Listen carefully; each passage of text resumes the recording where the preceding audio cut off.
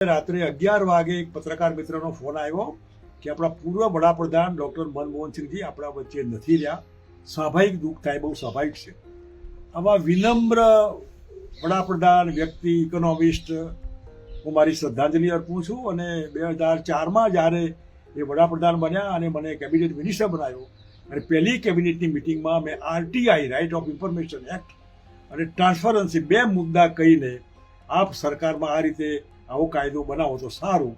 હું આજે એમનો ફરી આભાર માનું છું કે 2005માં એમણે RTIનો એક્ટ બનાવ્યો, ટ્રાન્સપરન્સી, પારદર્શકતા લોકોને આપી, અને દેશને બચાવવામાં દુનિયા આખી મંદીમાં જ્યારે 2008-9માં જઈ રહી હતી ત્યારે એક્સપર્ટ ઇકોનોમિસ્ટ તરીકે આખા દેશને મંદીમાંથી બચાવ્યો.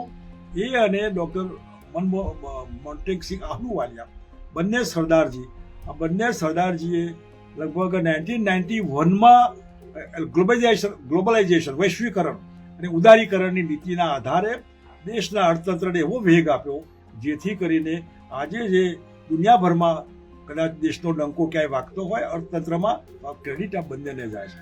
કે RBIના ગવર્નર હોય, રિઝર્વ બેંકના, કે કોઈ ફાઇનાન્શિયલ એડવાઇઝર હોય, કે દેશના પ્રધાનમંત્રી હોય, ક્યારેય કોઈ કેફ, કોઈ નશો સત્તાનો એમને ચડ્યો નથી.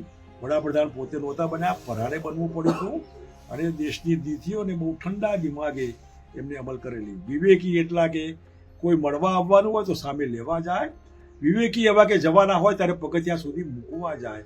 આવા વિનમ્ર વડાપ્રધાન જે તે વખતના હતા, એવા મારે બહુ વ્યક્તિગત પરિચય પરિવાર સાથે આખો, એમને હું શ્રદ્ધાંજલિ આપું છું. એમના પરિવારને આ ઊંઘ મળે, શક્તિ મળે, અને એમના આત્માને ભગવાન શાંતિ આપે, એ શબ્દો સાથે આવા વડાપ્રધાન દરેક દુનિયામાં, દરેક દેશને, દરેક પ્રજાને મળે એવી ભગવાનને હું પ્રાર્થના કરું છું. જો પુનર્જન્મ થવાનો હોય તો ફરી હિન્દુસ્તાનમાં જ જન્મે, ને આવી રીતે જન્મીને એક નવી દિશા જે તે વખતે દેશ તકલીફમાં હોય ત્યારે એને મદદરૂપ થાય. એ મારી શ્રદ્ધાંજલિ પ્રાર્થના.